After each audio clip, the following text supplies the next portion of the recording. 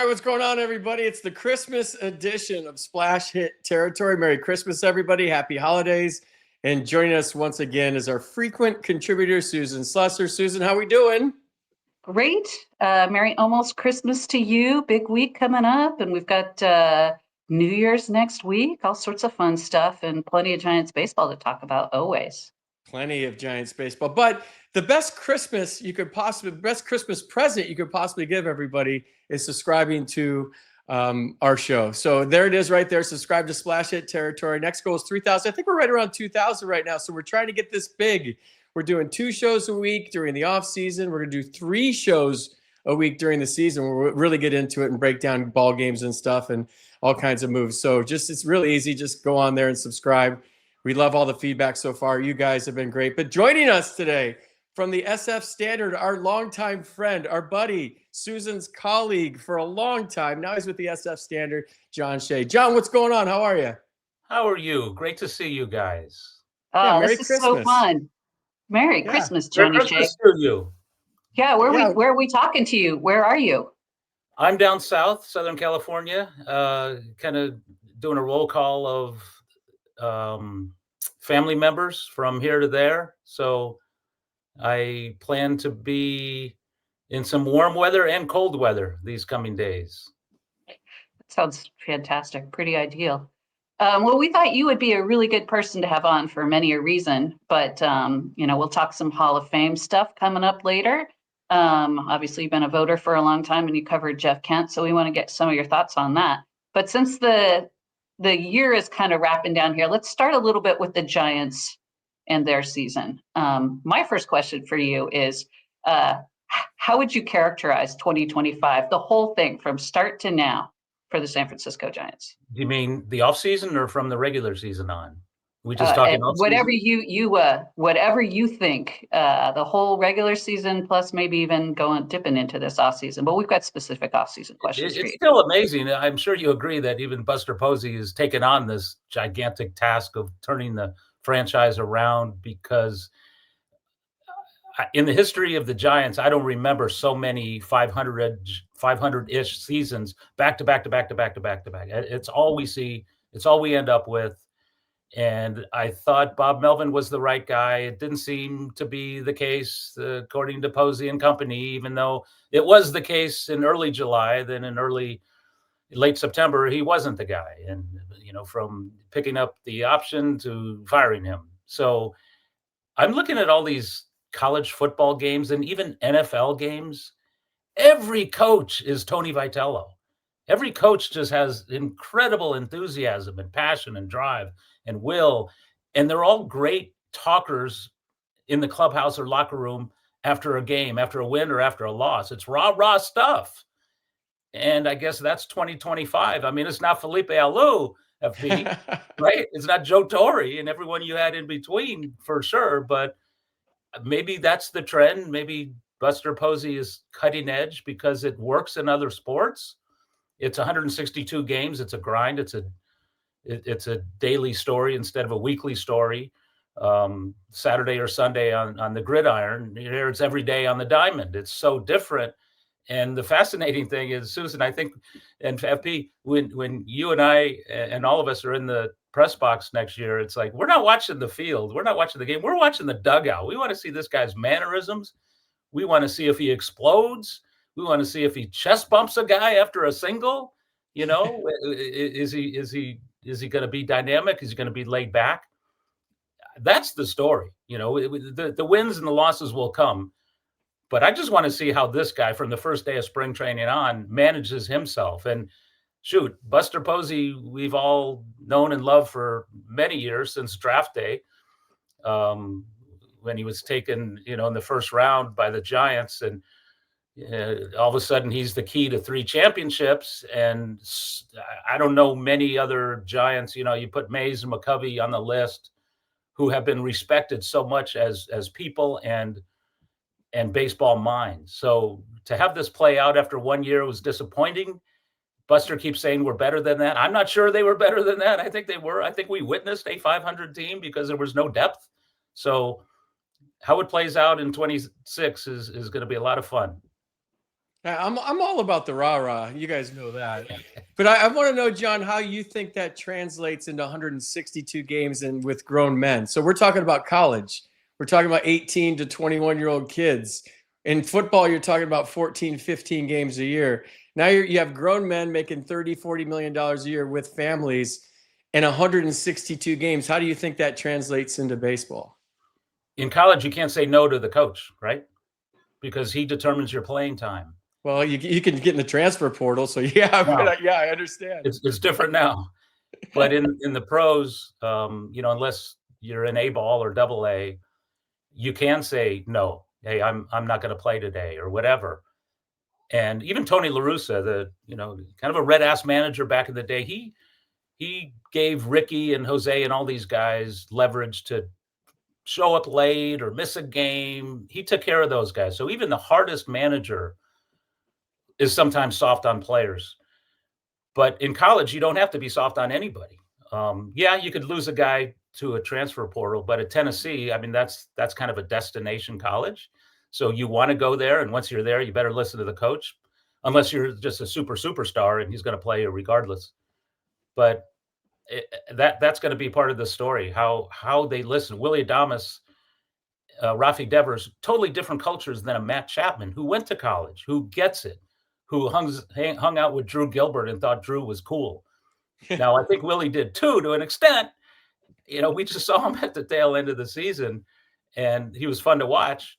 But how's that going to play? And how's the opposing pitcher, when witnessing Drew Gilbert and all these antics that are going on, if they are going on in 26, there's still some Madison Bumgarners out there. And the players determine that they police the game, right? They always had. It's their game.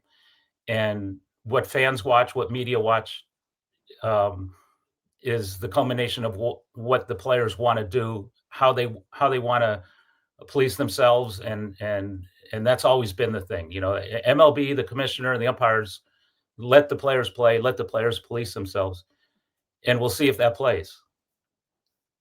John, I think the one thing we really learned about Buster this year, and I maybe we shouldn't have been surprised knowing Buster Posey as a player, but he's obviously very willing to go bold, to go against the grain. The Devers deal, obviously huge. Nobody saw it coming. And then the Tony Vitello hire. Did this surprise you, though, even knowing that, the Vitello hire? And what's the potential now for something off the wall this offseason, given all the needs they have? Yeah, and I think fans are real critical right now. It's doomsday. But MLB rosters aren't created in 1 week like NBA rosters. Where LeBron and KD go, okay, we're done. We just need 2 more players, and that's it. And it doesn't work that way in baseball. It's a 4-month offseason, sometimes longer if it goes into February and March. So I think it's kind of premature to say, the Giants aren't doing things right, even though the Dodgers and the Diamondbacks and the Padres all have spent somewhat big so far. The Giants really haven't. What is it? The pitcher for 22, another pitcher for 1.4. And that's kind of it. They haven't really done anything except some waiver claims on the offensive side. And, this is a fan base that saw Buster right at the heart of the winter meetings, if not before, sign Willie Adames to the biggest contract ever in franchise history, bigger than his own. And now it's virtually nothing because we haven't seen any star power. And the free agent pool of unsigned players is still pretty potent and powerful on the pitching side and the hitting side. And they don't have to go big on guys. They don't have to spend a lot, but I still wouldn't be surprised if he pulls out a zinger between now and spring training, because that's him. And when you least expect it, he'll do it. And good for him, because that's all the talk will just suddenly go away overnight. Oh, it's Greg Johnson not spending. It's Buster Posey being Farhan Zaidi all over again. It's Zach Menagian, not being all in on the big names, especially in the rotation. That all goes away as soon as we see the final roster. I think my favorite thing. Go ahead, Susan. Go ahead, FB. Go ahead. Well, I think you got to be careful in any organization to try to appease the fan base with a move, just to make a move. Yeah. And you have to stick to your plan. But you talked about a zinger. What would be that zinger? What move would just get us all excited and be a smart move on top of it? Well, if they don't go heavy for, the Valdez's and the Suarez's and the Imais, Zach Gallen his metrics, his advanced numbers are trending kind of in the wrong direction, which means he won't be as expensive. I mean, trending in the wrong direction. I'm thinking of Barry Zito when he went from Oakland to San Francisco, which wasn't good except for 2 postseason games over all those years. But maybe they think they're smart enough to turn Zach Gallen into what he was. But I wouldn't mind seeing a lower level. And if they're not willing to spend big, there's still, Chris Bassett, right? He's out there, Lucas Giolito, and Harrison Bader in the outfield. You put him in center and move Jung-Hoo to right, you got a much better defensive outfield because he's gold glove caliber out there in center. And maybe a little deeper lineup because he's coming off a career year.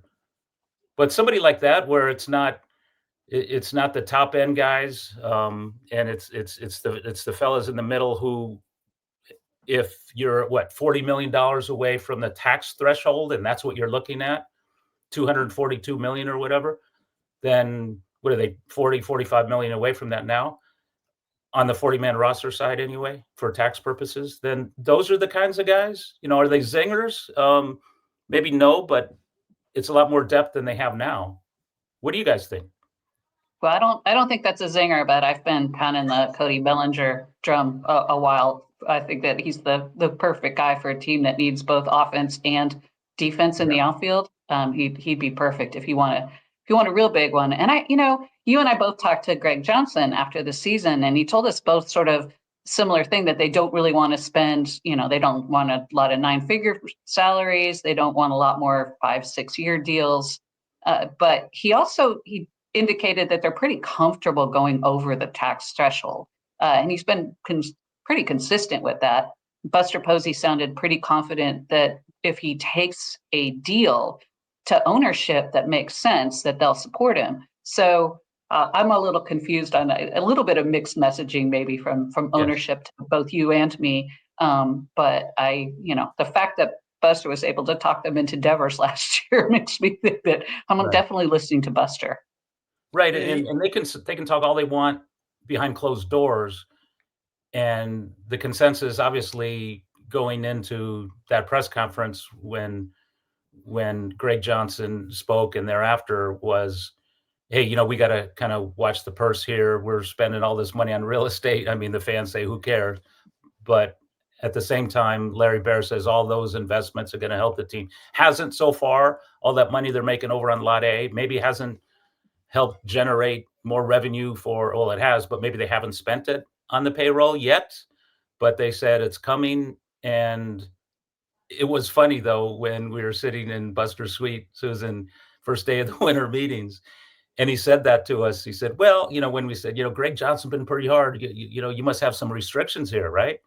He said, well, love the ownership, love the partnership, and they know and we know that if we find a special player and bring it to them, that they could budge. I said, oh, okay. So it's not quite, there's not like a etched in stone line we can't go over here. So that's he really softened what Greg Johnson told us. So I think that's good news for Giant fans. So yeah, if they come to one of those top end free agents still out there from the outfield side or the pitching side, I mean, they got to be in it.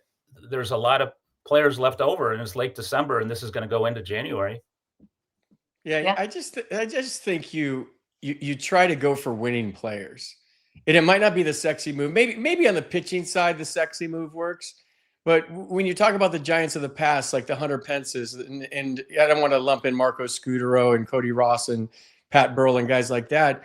I want winning players, scrappy players that are going to try to find a way to beat you, because when you just like measure it on paper against the Dodgers, there's not one team in the big leagues that measures up to that. So how do you compete with a team like that?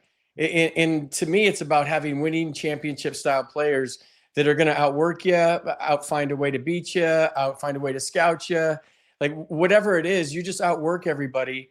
And I know that sounds idealistic, and you got to have your horses to win, but they already got some horses on this roster. So how do you compete? You turn over every stone and you just surround yourself with like guys that battle and fight and scrap and claw and that find a way to win. And it might not be the sexy name that we're all looking for. It might be a handful of guys that, hit 6, 7, 8, 9. They're going to fight you every single day and run up pitch counts and not put up tremendous numbers, but put up solid numbers and play great defense and run the bases aggressively, intelligently, and just play hard every night and be a reflection of the manager with enthusiasm.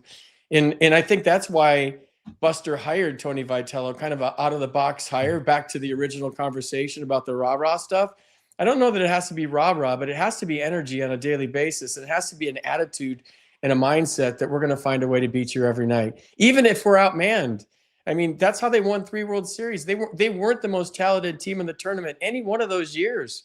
They were the hottest team in 2010. 12, I was like, oh, they're out in the first round, and then they found a way. And 14, kind of the same thing, but they had that magical thing going. And I don't know if there's any analytic to measure that, but I think they're on the right track.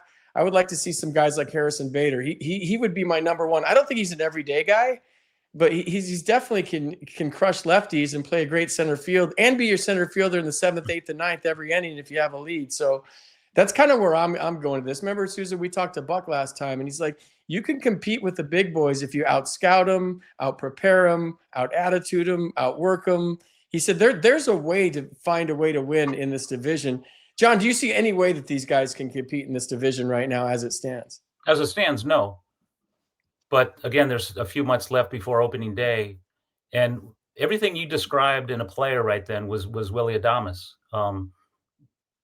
Because you look what he did previously. He was on winning teams virtually every year, playoff teams virtually every year.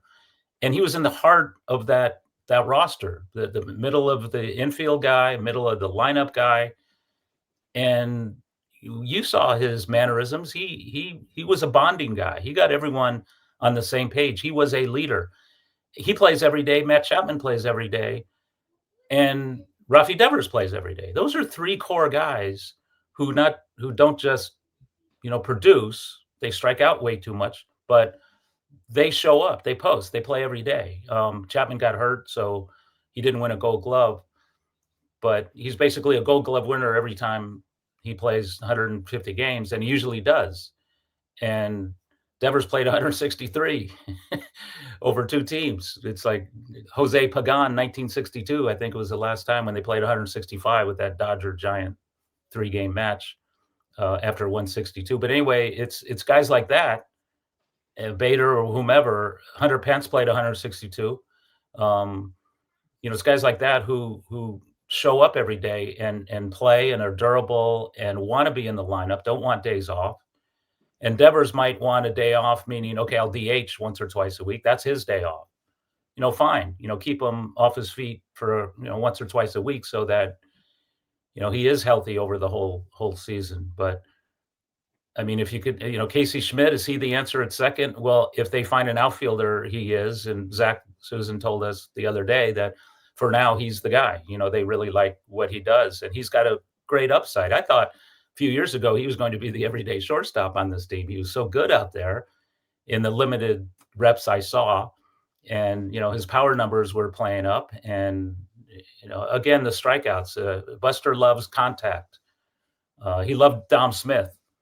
They have 3 first basemen if they sign him and don't trade Bryce Eldridge, which is another factor. But it just seems that the further we get into the offseason, by the way, it seems the more we all believe they're going to keep Eldridge. You agree? I don't agree. Okay.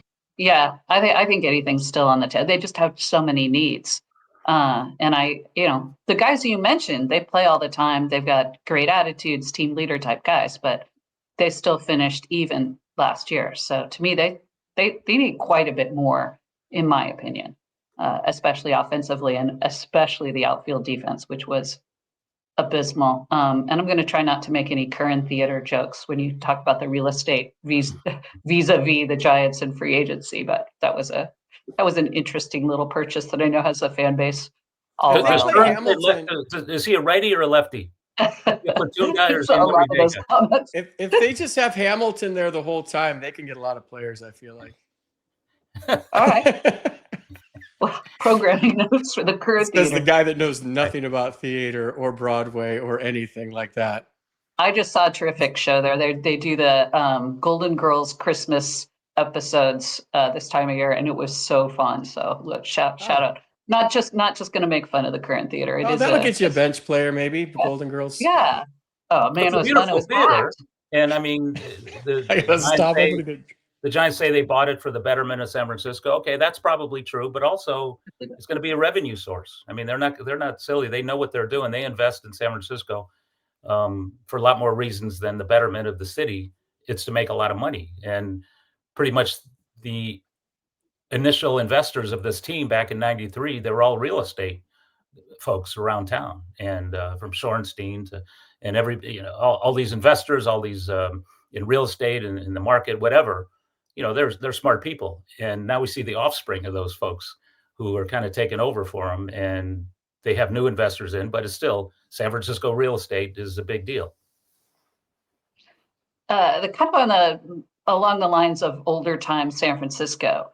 You obviously were my colleague for a very long time at the San Francisco Chronicle, and you wrote so beautifully about Willie Mays for so long. Your biography of him is absolutely a must read for any baseball fan. To me, it's one of the best ever. Also, your Ricky autobiography is for Ace fans, also a must. But what was going back 2 years, 2024? Just how would you describe that year for you personally? Because you worked so hard on that wonderful Road to Rickwood series in the run up, and then obviously Willie Mays dies in the middle of the run up for that, and you had known him and been really close friends with him for quite some time. That was. I tell people every time I see them in the league, I said, that Rickwood week, that Rickwood game, that Rickwood event was one of the best things you guys have ever done. It was masterful. And from the field to the history to the former Negro Leaguers to honoring Mays. And the game was on a Thursday and we lose Willie on the Tuesday. And it's still stunning because Willie was a guy who always got up for the big event, whether it's on the field or some reunion he's invited to at the ballpark or his birthday celebration at the ballpark, especially in his later years when he wasn't getting around very well, he wasn't seeing well, and he was in a chair. But when the day came, he was ready and he got his mind and body on target to be there. So when I got the call Tuesday at about 3:00 California time, it was stunning because I said, no, that's not true because Willie's event's coming. Might as well call it the Willie Mays Classic, right? It was to honor the Negro Leagues, but it was really to honor Mays. And I just couldn't believe it. I said, no, he always gets up for the big game. This is a crank call. And sure enough, we lost Willie. He just, some heart issues. He just stopped breathing. And Dusty Baker visited him the day before on his way to Birmingham.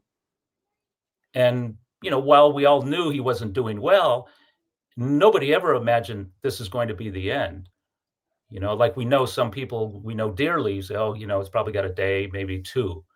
But with Mays, the doctor even came in that morning, visited Willie, and took some blood, did some tests, and left, thinking, okay, he's fine. And one of the most emotional stories I've been told about those final hours is when the doctor came in to draw blood. He couldn't get a grip. He couldn't, they couldn't find a vein. They couldn't do it.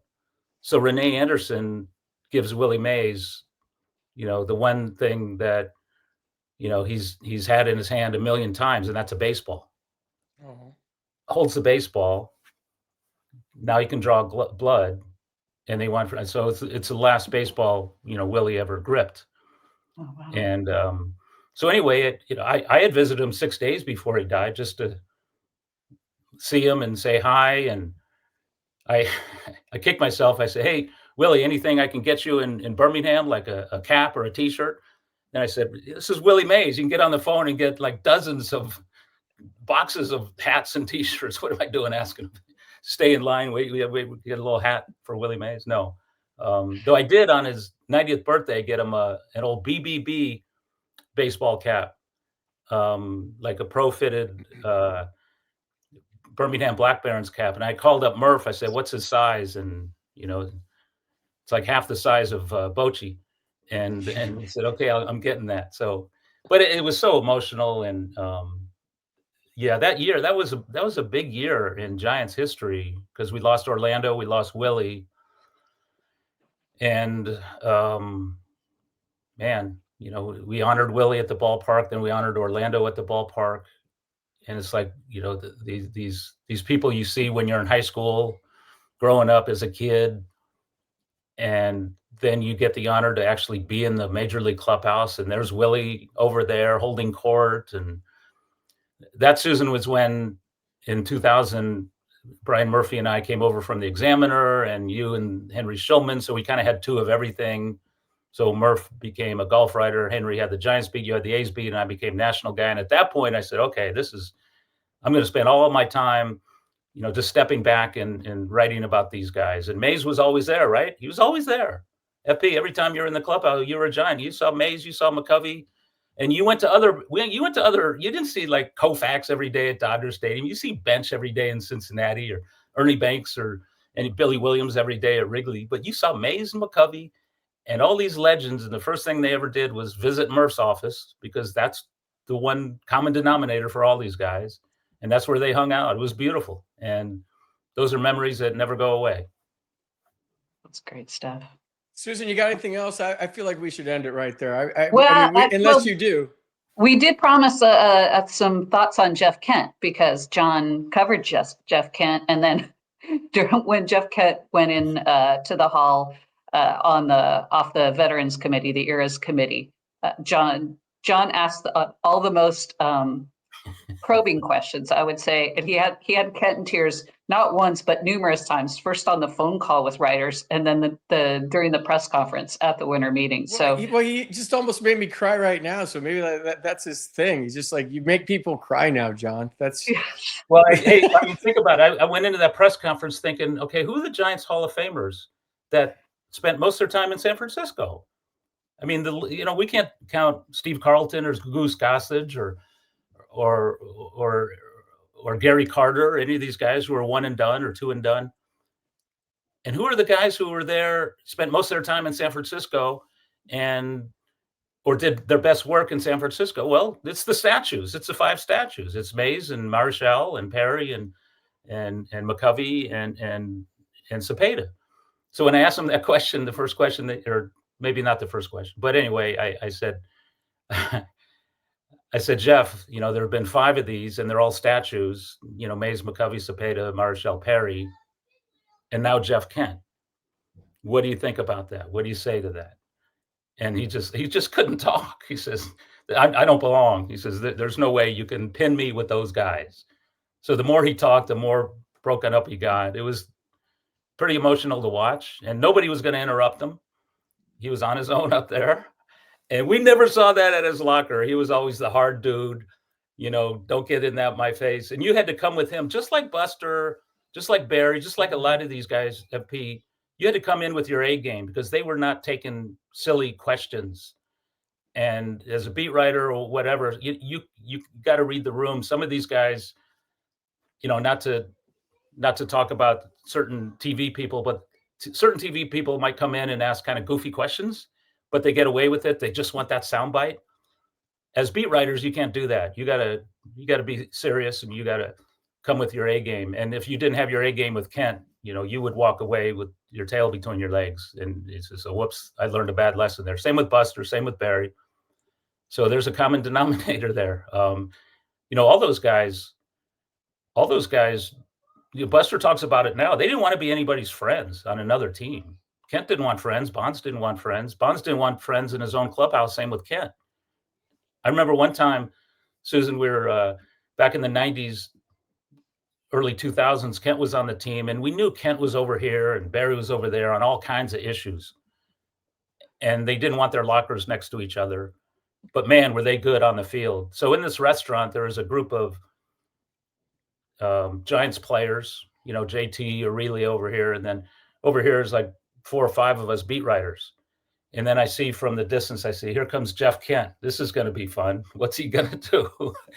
So Kent walks in the room, checks it out and does a beeline right in between us, goes in the back of the restaurant and eats alone. He didn't want to be with anybody. I mean, that's just him. He even said at his press conference, I'm not a social guy. I didn't want to be your friend. I didn't laugh. I didn't smile. I got pissed off if I went 3 for 4. I want to go 4 for 4. I got pissed off if I made an error. And I'm still shocked he got in because of Mattingly and Dale Murphy and all these legends. It was a stacked ballot. And I would have not been surprised if nobody got in, because they could have canceled each other out with 5 or 6 votes apiece, and you only get 3 at the 16 voting board. So, yeah, I'm glad he's in, but nobody would have ever guessed that he would have gotten in before Barry, right? Nobody would have guessed that. Nobody would have guessed that he has it's a little bit of more of an emotional soul, I think, that we gave him credit for too. But yeah, the Barry topic is one for probably another time. And well, I guess it'll be 6 years from now, the next time he's eligible, which those new rules have not been kind to him. We all get soft when we get older. I cry at everything now. So that makes sense. John, this is for you and Susan, and then we'll probably wrap it up after this. Having your A game, that just piqued my interest. Did that make you guys better beat writers because you had to have your A game against when you're asking certain questions to certain players? Susan, did you have those? Did you have those Yeah. over here? Well, I mean, honestly, it was mostly those guys that you mentioned more when I was a backup, Kent and certainly Bonds. But there were a few others. And again, it was usually mostly the Giants. I don't know if it's maybe because more high profile team in the Bay Area, but Bumgarner was very much like that too. I mean, John, I had such genial A's teams usually, FP, I mean, really friendly. And I am a beat writer who likes to chit chat with players. And I think that's valuable. I want to know who guys are. I want to be able to, I want to know a little bit about your family and a little bit about your background and just kind of what makes you tick. And, I'm a chit chatter by nature anyway. So it's tougher for somebody like me with guys who are really tough to crack and only want, to come up and ask them sparingly very good top-notch baseball questions and nothing else. I feel like you don't get quite as much insight. And some of those guys, I feel like we don't, maybe Buster aside, and Buster could be tough, but he was always so accommodating, even though he was no nonsense, but he was nothing on the level of like Bonds and Kent and maybe even Bumgarner. And you had so many young teams in Oakland, and other than the Ron Gantz and Mike Piazzas and David Justices and fellas like that, who Billy being brought in every other year. But it's probably that they looked up to you to figure out how was it. Like Marcus Semien, for example, when we voted Marcus Semien the Bill Rigney Good Guy Award, and not everybody knows, but the beat writers get together every year on the A side and Giant side and said, okay, it's not a big thing, but it is for us. Okay, who's our Good Guy of the Year award? And it's usually someone who's accommodating, someone who's there, accountable, and good quote. That's what we're looking for, right? Someone we could go-to guy.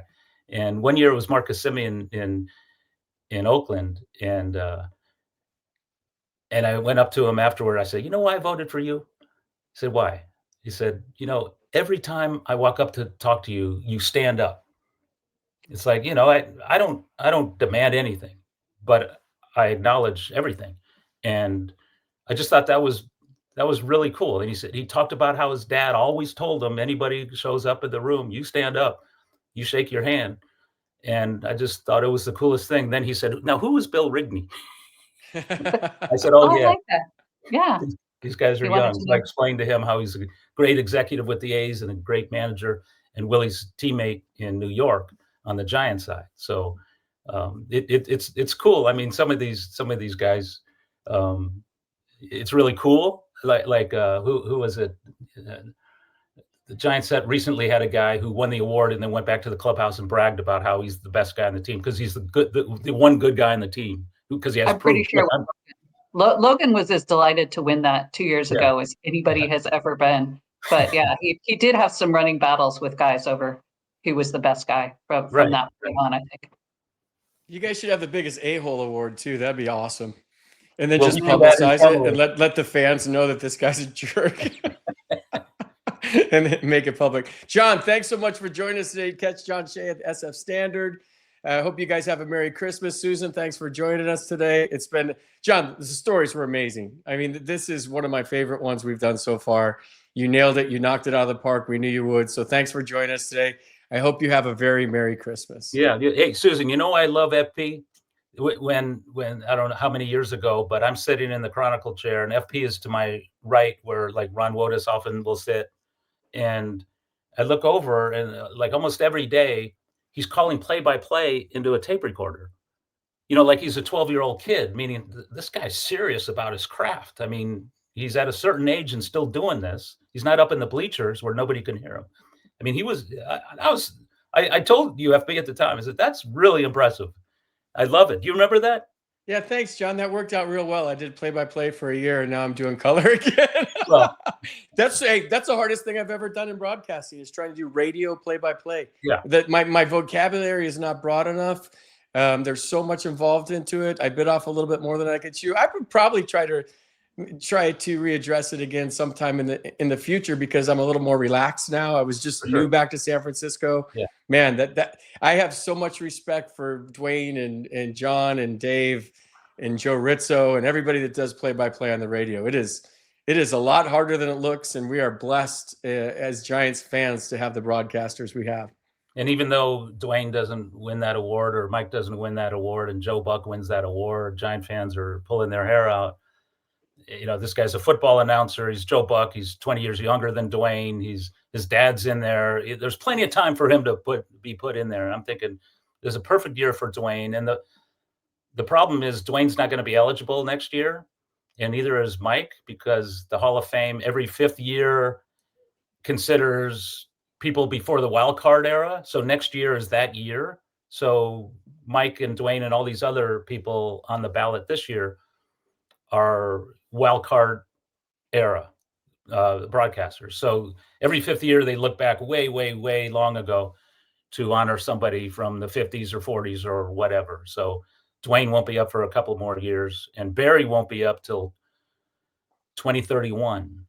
But the class of 27 is going to look big with if everybody gets in, Dusty and Bochy and Buster. They're all on the ballot to all the stars are aligning for a big party in Cooperstown in July of 27. Well, I'm very biased about Dwayne. I wouldn't be a big league broadcaster if it wasn't for him, but no other broadcaster on that ballot, and they were all amazing. And I'm a big Joe Buck fan. No other broadcaster on that ballot lost his spouse, battled cancer, and still brought his A game on a nightly basis and realizes how important it is to be the voice of the San Francisco Giants and what it means and how lucky he is to be a major league broadcaster. So I felt like the ball was dropped on that, but like I said, I'm biased. All right, guys, we're wrapping it up. Merry Christmas, Susan.